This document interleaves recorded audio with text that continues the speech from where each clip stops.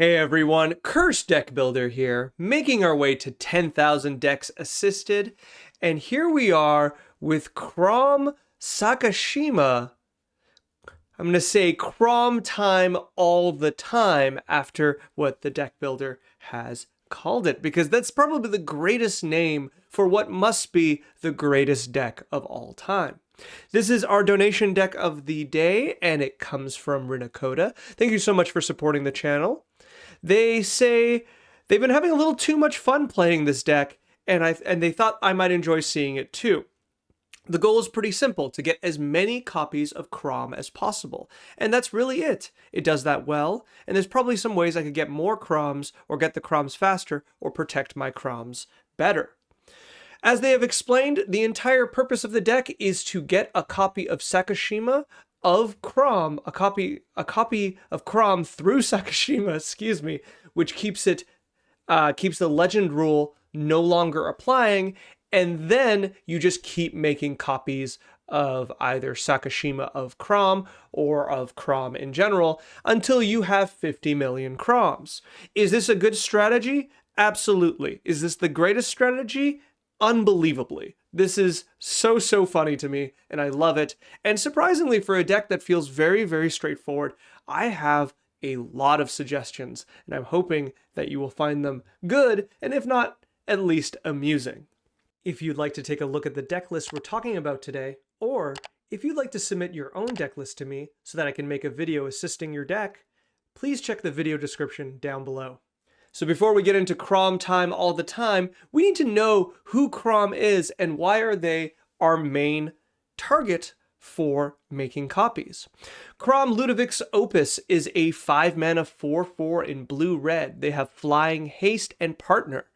They also say whenever an opponent casts their second spell each turn, draw a card. Why is this the perfect copy or creature to copy a million times? I'm not particularly sure. There's definitely better creatures, but this just feels right in my heart. Maybe it's because my heart's been removed and replaced with Crom's heart, so I too am a zombie horror. I think a 4/4 Flying Haste is fantastic, and as your opponents try to interact with your plan by casting spells, you are going to be drawing more and more spells each time. Fantastic. It's great. It lives. It lives. And on the other hand, on our partner, we have Sakashima of 1,000 Faces. This is a 4-mana 3/1 in blue human rogue. Sakashima enters as a copy of another creature you control, except for it has the other abilities, and that other ability is that the legend rule doesn't apply to permanents you control, and partner. I don't know if there's anything relevant about keeping partner on whatever you make a copy of. I don't think there's anything that will interact with that, but it's interesting that it keeps the partner text. Pretty straightforward.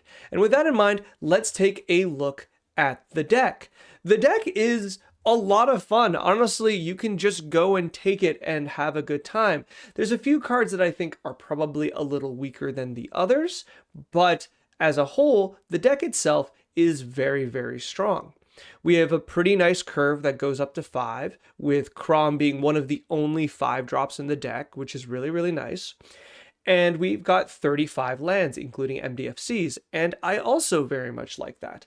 Most likely, our MDFC of Glasspool Mimic is probably going to be cast as the clone effect, but I will say it is nice to be up to 35. We have a lot of ramp because the purpose of the deck is to immediately get Crom out and start making more Croms, and we need mana to do that. We need 5 mana for that initial Crom, and that's a big cost here, and so we're playing so many different kinds of mana rocks.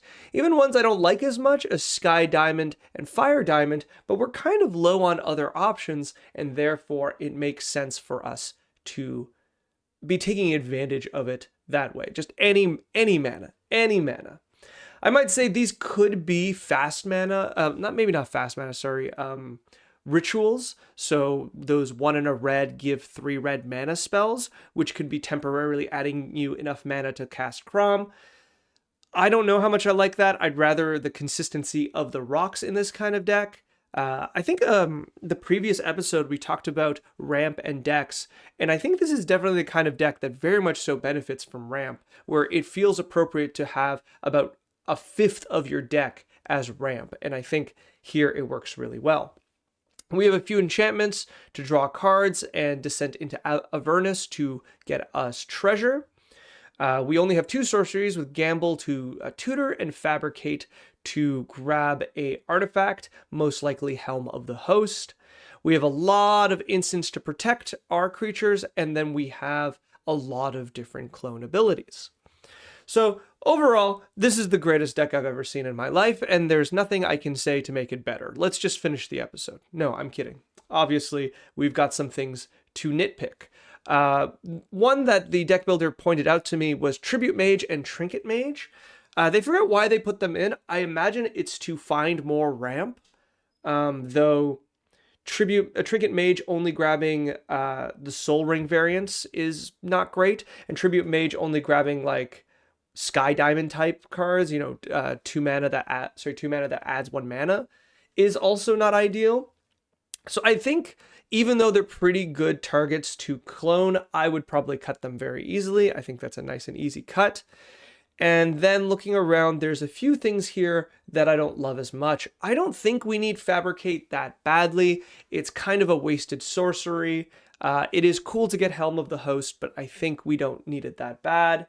Speaking of the other thing you could be grabbing with it, which is the One Ring, I think we can cut the One Ring. It just doesn't really feel like what we want to be doing.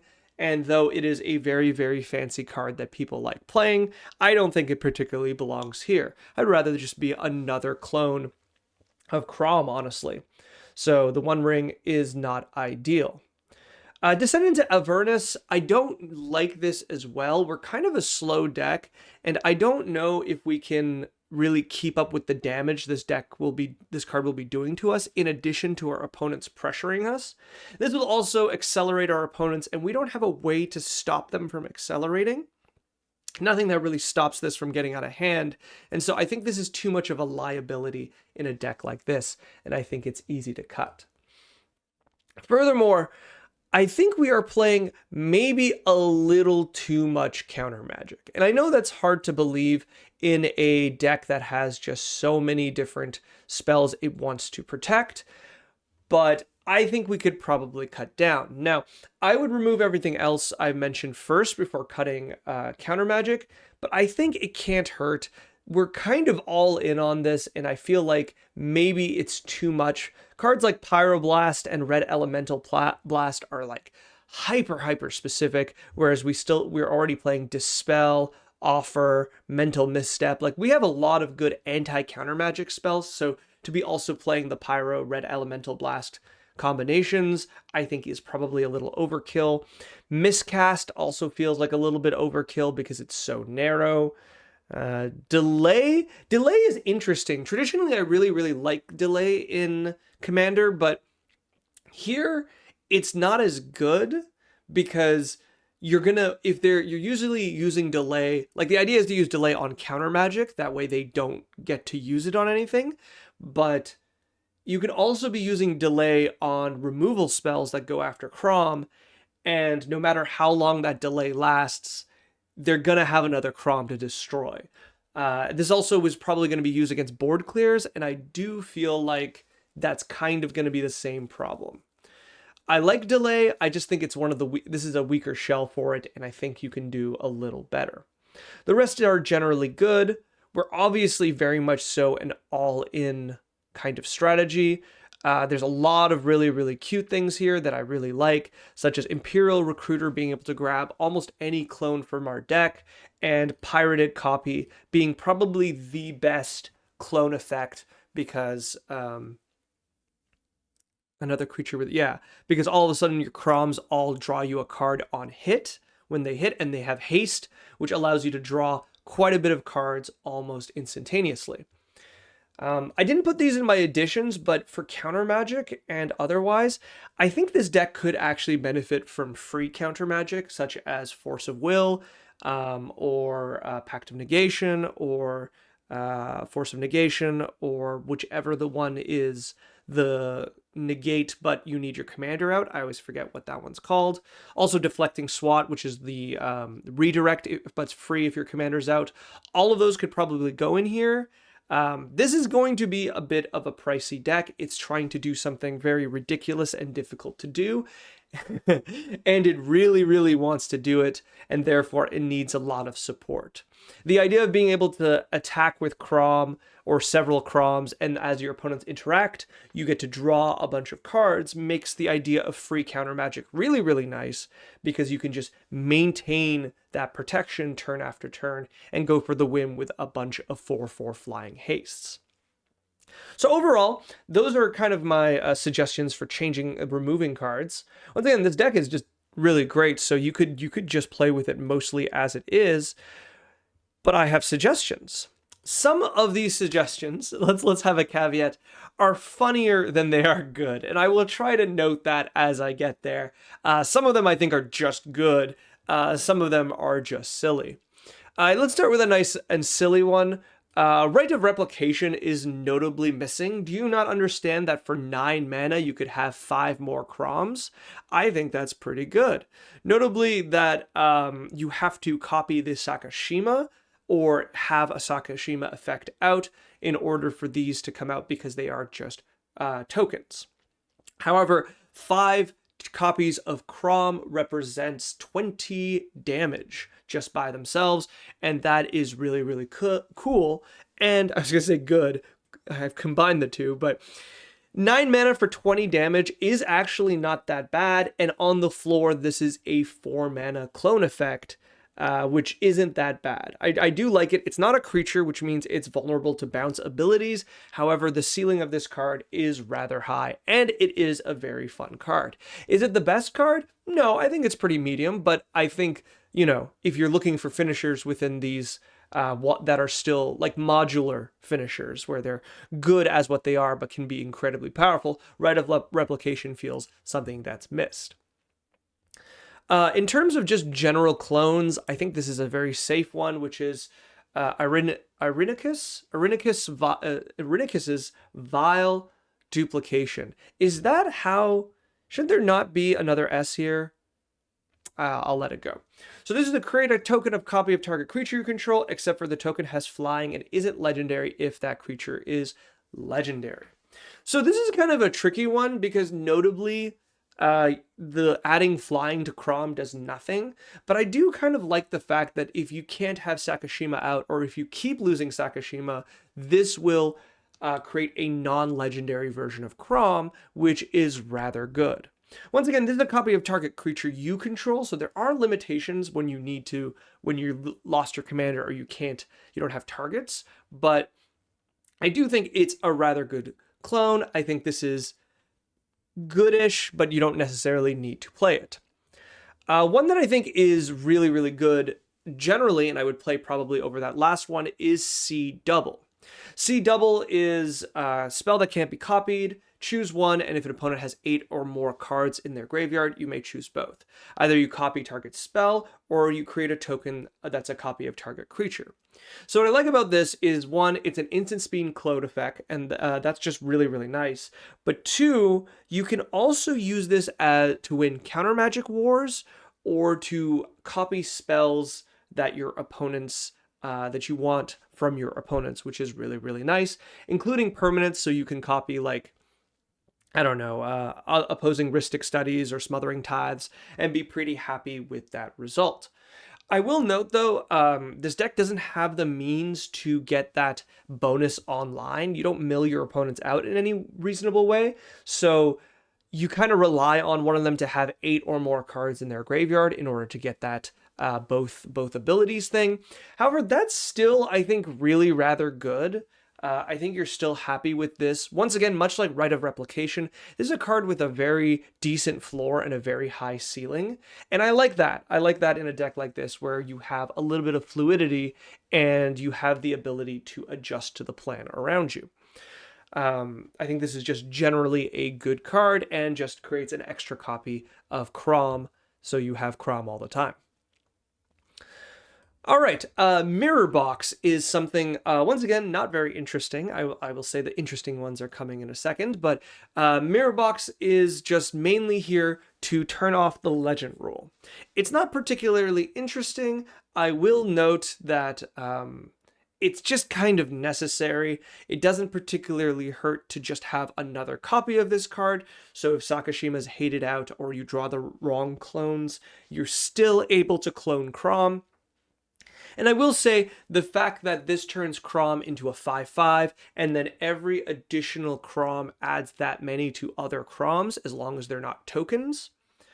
Sorry, the tokens add, but the tokens do not get. So if you have one Crom and 5 tokens, all of them are 5/5s, assuming they're all legendary creatures. And then all of your non-token Croms, so that one Crom gets +4/+4 if you have one Crom and 4 tokens. Did I say 5? If there's 5 tokens, you get 5. So it is impressive. Even if you have token Croms, this will make a very big bonus. It doesn't work necessarily with Rite of Replication, unfortunately, because all of them will just not get the second bonus, but they will be all 5/5s, making a 9 mana create 5 copies, right? Create 5 copies is 25 damage, which is really, really impressive, while adding like 5 additional power to non-token Croms. There's a lot of math with this card. I don't particularly love it, but I think it is kind of a necessary evil, and I don't think you're too punished for playing it, so I think you should take advantage of this. The nice thing, I will say, there is something to be said with that second ability, doesn't actually care about the legend aspect of this card. The Mirror Box's last ability is just, do you have multiple non-token creatures with the same name, which is something you can reasonably do with a clone deck, which I think is interesting to give another direction for attack. So I think this is a really good card and should be in your deck. Next, we have Vesuvan Duplimancy. This says, whenever you cast a spell that targets only a single artifact or creature you control, create a token of a copy of that artifact or creature, except for it's not legendary. Okay, so I thought it was any person's spell, so I may have misread this. This is interesting. I will say that you need to build around this a little more, but I think there are elements of this card that could be very good. I wouldn't use this obviously with Pongify abilities, but if you start playing Lightning Bolts, you start playing Flicker effects, which exists, you play things like Slip Out the Back that phases your cards out. There's a lot of utility cards, a lot of hexproof cards you could be playing in blue that would make this card rather good. Which means every time you do that, you would get an additional copy of Crom that's guaranteed not legendary. And I do really like this, but I did originally put it here because I assumed, I misread, as all Magic players tend to do, and I saw what I wanted to see, as all Magic players tend to do, and I assumed that our opponent's spells would count as well, which is unfortunate, but still really rather good if you can support it, because you can generate a lot of clones very, very easily, and I like that. All right, last one that I think is kind of silly. No, there's going to be other silly ones, but for this kind of section, is Tempt with Reflection. So obviously this is a lot of fun because it's, if the goal is to do Crom time all the time, we didn't specify that we were the ones that needed to have all the Croms. Tempt with Reflections, you pick Crom, and then each opponent gets to have a Crom if they want. And then if you do, you get an additional Crom. Once again, this does actually need your Croms to have no legend rule or to be non-legendary, the one you target. But I would say you're probably going to get extra Croms. I would definitely make a Crom if you targeted me with this, because either we're already dead to Croms and it doesn't matter and I want as many Croms on the battlefield as possible, or I would also like to reap some benefits by either being able to block a Crom or keep a Crom to gain extra card draws, because what's really interesting about this is the Croms your opponents get will trigger off of your spells, which is something you need to take into note, but this also makes it a little attractive for them to make their own Croms, which give you more Croms. My goodness, I'm gonna say Crom all the time this episode. So with that in mind, I think this is a fun one. Is it good? Probably not. I think this is a fine like replacement for any other 4 mana copy, like just the clone or something like that you would you're just kind of playing it for the clone effect. And so with that in mind, I think this is fine, but I'll leave it up to you to play it. It is rather silly, but I do really like the flavor. So let's get into stuff that I think is really, really interesting. And so something I will note before I get into this is some of the suggestions I've given will take cards into different directions. For example, right now, this deck is very much built on creature clones, which some of the cards I'm going to suggest here are better with. But I've also given cards like more instants and sorceries to kind of go along with that, and enchantments. So in the final build, like you have to pick the best ones, and generally some are going to be better than others. I think the best build is not far off of what this is, using a lot of creatures, because when you use the creature clones, they kind of get around bounces. However, the downside is they don't create more than one at a time usually, whereas things like Rite of Replication or Duplomancy or Tempted Reflections either do or have the potential of creating multiple. Actually, they all have the potential of creating multiple copies of one card, which is the nice benefit of them being not creatures. With the downside, of course, that if those tokens are bounced, they're gone forever. So here's something I don't know if you knew about your deck. Did you know you're playing a Kindred deck? That's right. You are playing a zombie horror deck, because every single card on your battlefield is almost guaranteed to be a zombie horror. So how do we take advantage of that? Well, I've got 5 cards here that I think are pretty interesting. One of them is very straightforwardly Cavern of Souls. This is how we deal with the fact that all of our it's very much so in our opponent's interest to counter our spells.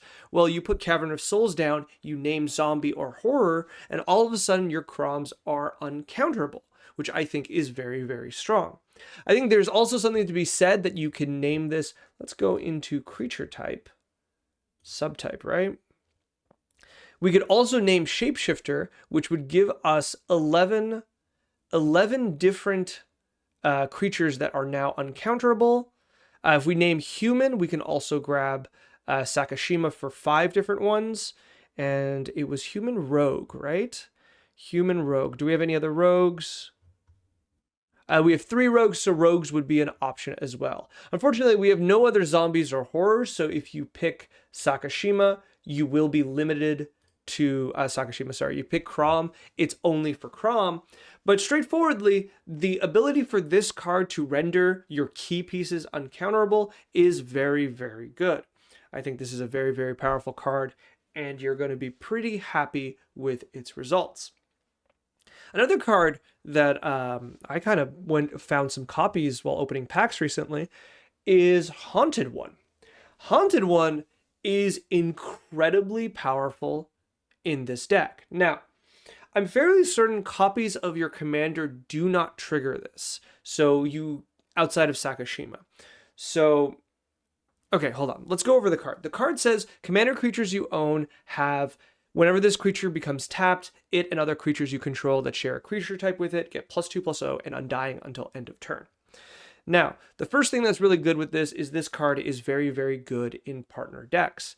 If you've seen the pirate deck I built for one of our viewers, which I have built in paper for myself, Haunted One works really, really well in that essence where you get this ability twice when each of your commanders get tapped, and because it is a Kindred deck, there's a huge bonus across the board.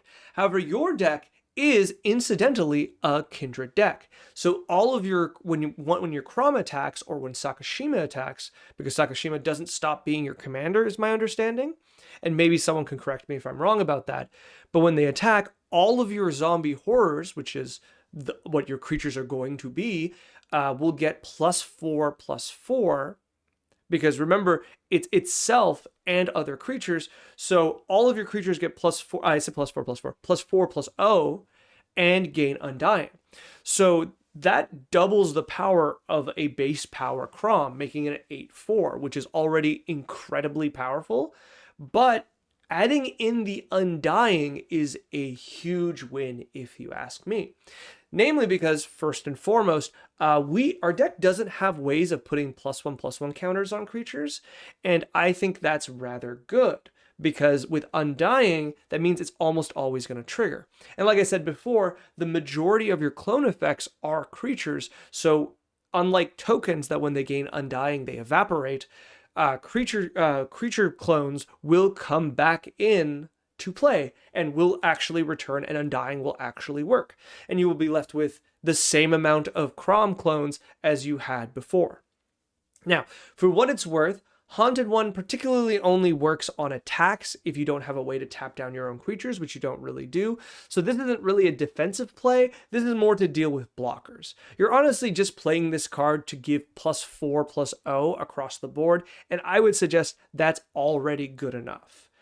This is also kind of nice because if you pivot, and we're going to talk about that later, if you pivot to other targets, if Crom is, I'm just going to say inconsolable, uncastable, you can pivot to other targets and Haunted One off of Sakashima will still work. For example, if you make 30 copies of your opponent's, I don't know, let's say Thalia, Guardian of Thraben, using Sakashima, Haunted One will still trigger and still work, giving that bonus because Sakashima will be the correct creature type for your board. So that's something I really, really do like, and I think it's a very strong inclusion. Here's another one that's particularly weird about horrors, and this is Endless Evil. I bet you hadn't thought of this card, because I don't think anyone would have. Endless Evil enchants a creature you control, and on your upkeep creates a token that's a copy of enchanted creature, except for the token is a 1/1. But notably, when enchanted creature dies, if that creature was a horror, return this card to its owner's hand. Hey, guess what? Your creatures are all horrors. Oh god, this deck is so good. So with this card, now it's slow, it's on upkeep, but it is 3 mana. You are generating a 1/1 Crom every turn. Remember, we didn't specify the Croms have to be 4/4s. We just want Crom time all the time, and Endless Evil is just a repeated trigger turn after turn to create an additional Crom. It also has very much so the benefit of coming back into your hand with relevant removal, which I think is very, very good. So this one's cute. I think kind of good. Not as good as Haunted One, but definitely good. This one's really cute, but also potentially very good. It's Rooftop Swarm. Wow, Rooftop Storm. Did you know that Crom's a zombie? Did you know that Rooftop Storm makes your Croms cost 0, and after the initial cast of Crom is cheaper than Crom to cast?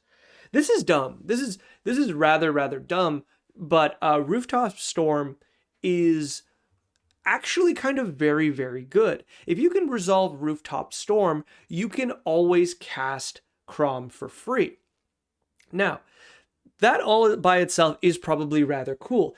What it really does is puts on a soft kind of lock on your opponents messing with Crom, because there's just no point anymore, because no matter how many times they destroy the original, you just recast it for free from the command zone. And one might say, okay, so they're just going to mess with the clones instead, and so they're not that far back, but it does guarantee you to have a Crom like whenever you need.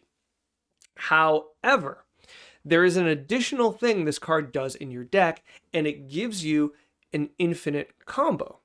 If you have a Crom, if you purposely clone Crom in a way that makes the legend rule apply, which can be tricky, but is possible, like you might have to remove some of your own spells or cards, but if you set that up and legend rule away the original Crom, you now have, it's sorcery speed, but you have infinite ETBs and death triggers, right? Because what you're going to do is you're going to cast Crom from the command zone. He's going to die. He's going to go back to the command zone. You're going to cast Crom from the command zone ad nauseum. So if you have any card that interacts with this anyway, any kind of Blood Artist ability in red and blue that says whenever a creature dies, something happens, or if you have something as simple as like a Perforos effect, which we could definitely put in here, or any kind of card that says when a creature enters the battlefield, deal a damage to each of your opponents, you have just won the game. Rooftop Storm will enable you to do it infinite times, and if no one can interact, that's the end of the game. That's really cool. It is clunky. It's a 6-mana card. It becomes the most expensive card in your deck, but it's also probably one of the strongest cards in your deck for this very specific deck. I really like the two things it does, both enabling Crom to be out forever and enabling a loop that wins you the game instantly. Well, sorcerily, I think is the right term, but it's really interesting. I don't think many people would have thought of this, and I think I feel somewhat clever for thinking of it. And if other people had already thought of it, well, you're clever too now. One more specifically zombie card that's here that also catches my eye that works almost inversely is Necro Duality. Necro Duality says whenever a non-token zombie enters the battlefield under your control, create a token that's a copy of that creature. So what's really interesting about this is that this works kind of inversely to Rooftop Storm in the sense that this requires you to have a Legend Rule Defier for Necro Duality to work. Otherwise, you are just letting one come in and die, which is not ideal. So you can't really have both going, though I will say they both work well if you're just trying to do the combo, because this will just speed up the combo. However, you don't need to speed up infinite combo, so I don't really see these two cards working together. However, this is a 4-mana get an extra Crom every time you cast Crom, which with Rooftop Storm is just rather good.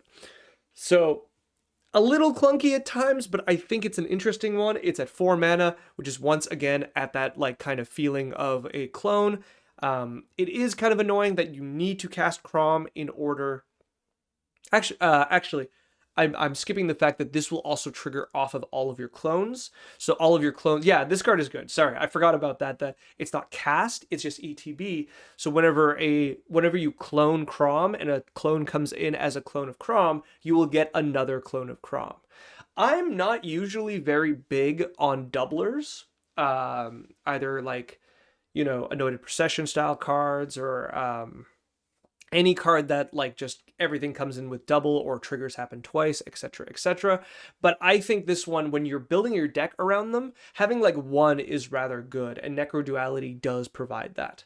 Once again, this is a bit of an expensive card because it is a Kindred card and on a very popular tribe, and therefore it does have a bit of a price tag associated with it. All right, we've got two more Kindred cards, and these are actually called Kindred cards. We have the classic Never Fail Kindred Discovery. This card has dropped considerably in price. You can find copies of it for about $5. I personally really like this art, but you do boo.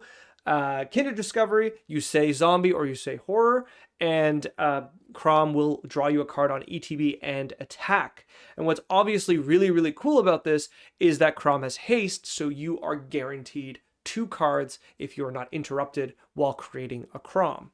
And then turn after turn, attacking with Croms will just generate so many different cards. And this one is rather silly. This might be the silliest card, but I really, really like it, is Kindred Charge. Kindred Charge says choose a creature type. For each creature you control, make a copy, give it haste, and then exile them at the beginning of the end step. This is one of those cards that probably should have said non-legendary, but does not actually say non-legendary. Since every single one of your cards is a copy of Crom and has the same creature type, you are basically just doubling your board.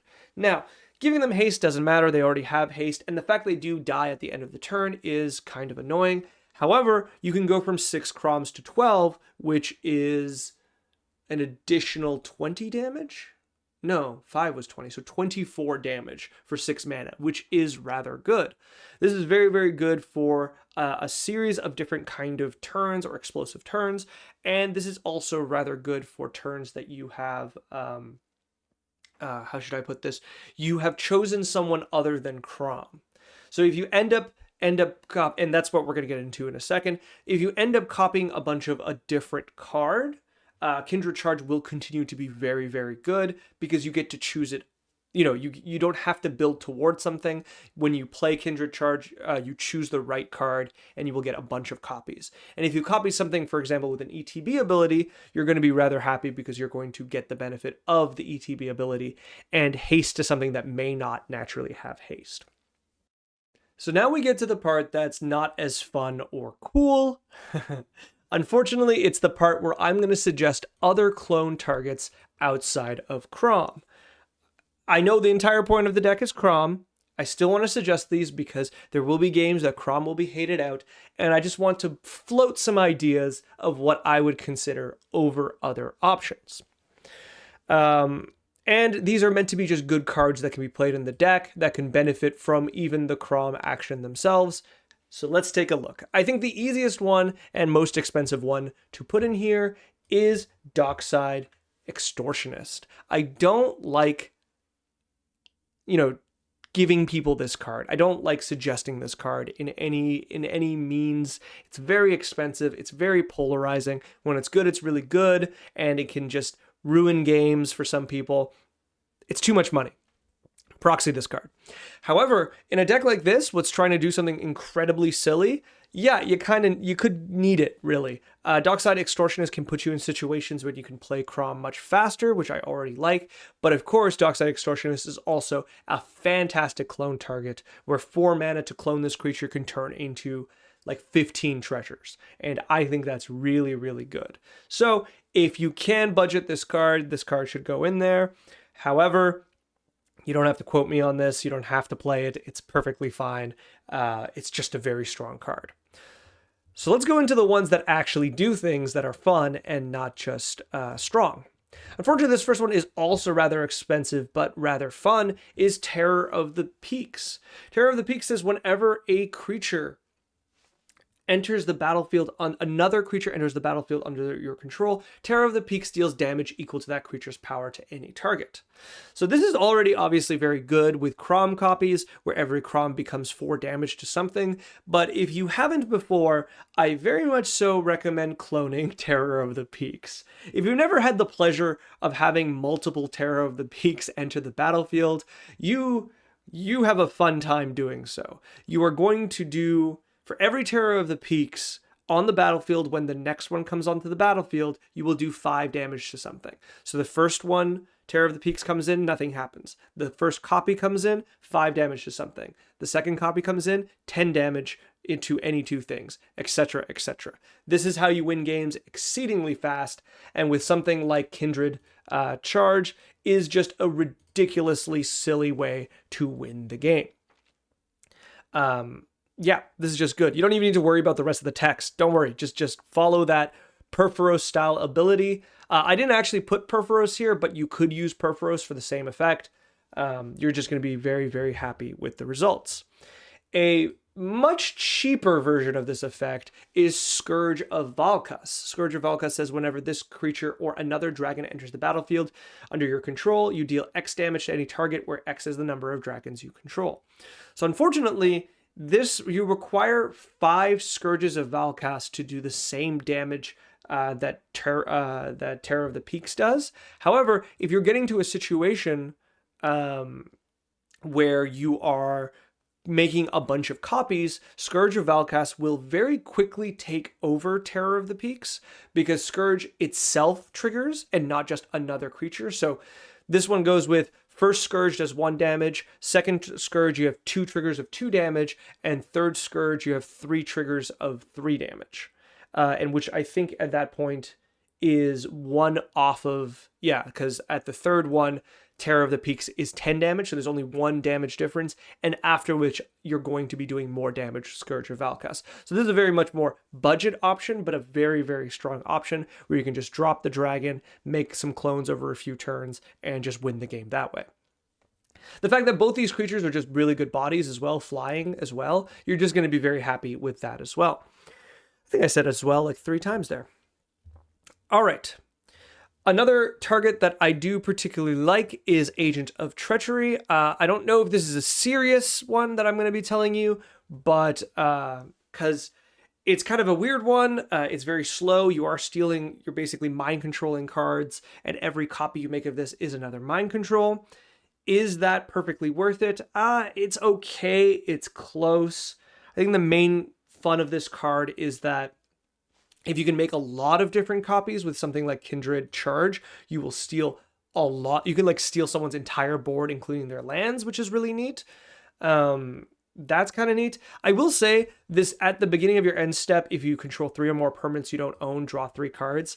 Maybe it's me, but I feel like that's almost a liability, because after the 3rd copy, after making 3 Agents of Treacheries, and let's say you just happen to have 3 permanents from an opponent, you draw 9 cards. That feels really, really good. After that, you're drawing 12. After that, you're drawing 15. After that, you're drawing 18. So there is a limit. If you have like 10 copies of Agent of Treachery, you're drawing about what's probably half of your remaining deck. And then your opponents are just going to let you mill yourself out by just countering anything they need to counter from you, because mana will basically hold you back, and then you are going to draw out because it's not a May. So that is something that I think is actually real. I think that first 2 Agent of Treacheries or first 3 are great, but you can't rely on this on being your main game plan. You have to do something else. Here's something that I think is rather interesting, and it's Astral Dragon. I think this is a really fun one. I just don't know if it's particularly good. Astral Dragon, when it ETBs, you create 2 tokens that are copies of target non-creature permanent, except for the 3/3 dragons in addition to their other types, and they have flying. So, how does this work? The way this works is that, at worst, you pick a land and you get 2 3/3 flying Llanowar Elf style creatures, right? It's not ideal, but it's something you can do. If there is one, this could also be a mana rock. That would be the same kind of end, but you could have better mana than picking a land. But the ceiling goes up incredibly high. So for 8 mana, you're putting 10 power. That's the floor. The ceiling is that if there's literally anything relevant on the board, right, you are dramatically increasing its numbers. So if there is a Smothering Tithe, if there is your Rhystic Study, if you have like Necro Duality or other enchantment effects, I guess ones that do something when they're not when they're not legendary or don't work well in multiples. So let's see, like Vesuvian Diplomancy or things like that. If you have something on your side, if your opponents have literally anything on their side, enchantments, artifacts, planeswalkers, just start pouring out those copies, getting the benefits of what they are. But then after this is in play, every clone effect you have is dramatically stronger, because Astral Dragon will come into play and just make a ton, like the new clone comes in and makes a ton of power, tons of flying power, and even more copies of whatever's the best non-creature card on the battlefield. So if you're not that interested in going the Terror of the Peaks or the Scourge of Vas way, Astral Dragon stands out as being a very interesting way to play this card. All right, so that's generally the end of what I have to say of additions to this deck, but I do want to take one more minute to say 1 or 2 more things. And I thought this episode would fly by, but I've had a lot to add, so I'll make this kind of quick. This deck is a bit of a meme, right? Like, it's a bit of a joke to create a ton of Croms and attack your opponents into oblivion. Mainly because Crom is a bit of a clunky creature. However, if you've been following some of the suggestions I've made and some of the strategies within the deck, you will note that this is not absolutely ridiculous, right? There's definitely some strength here of copying your own cards over and over, and to get some kind of like more advantage out of them and getting further into the game by picking like a lane of clones and going with it. There's a lot of different ways you can do it. You might note that the suggestions I gave, the majority of them were dragons. You could make a dragon clone deck in these colors and have a lot of success, if you ask me. So cloning tends to be kind of this weird mechanic where you are cloning your opponent's cards, but I think there's a lot here that you could pick your own cards or a mix of the two. You can change the partners. I think Sakashima is very strong, but by changing Crom, which we're wasting a color because blue, red, and blue, we could pick someone like Vial Smasher. We could pick someone that adds just another color to the deck. You definitely want blue and red, but if you add another color, your options will grow as well. It's a very, very interesting deck, if you ask me, and there's a lot of fun things you can do. So if you find this fun, and you want probably a more consistent version that doesn't rely on incredibly, like a lot of expensive cards that are very, very strong, you can absolutely build this deck and get a lot of success with it. I'm not saying that this version doesn't have a lot of success, but it is very, very focused on all Crom time all the time. So if the idea interests you, but Crom doesn't, I think there's a pretty solid clone deck in here that you can repurpose for yourself. And if you want that, or if you have an idea, remember, just as I mentioned earlier with the Pirates deck, you can always send me an email and we can talk about building a deck like that for you. But that's generally what I have to say. Thank you so much, Rinakoda, for this deck. This deck is so fun. Thank you for sending it to me. It's really, really, like, it's a great time. I don't think anyone's going to be mad of you smashing into their face with Crom over and over. As you can see, I have so many suggestions, and I hope some of them are meant to be more jokes than others, but I think there's a lot that you could really improve this deck with there, so I hope they are very helpful. If you'd like to send me another draft of this deck or any deck, there is a link in the video description down below. And if you would like your deck to be the next deck I work on, there's a link for that down there as well. Finally, if you would like to like, comment, subscribe, I would be very, very grateful. The channel is growing, we're having a lot of fun, and decks like these, I want to see more of them. If you have a weird deck you'd like to show me, send it to me. I'd love to see it. All right, good luck.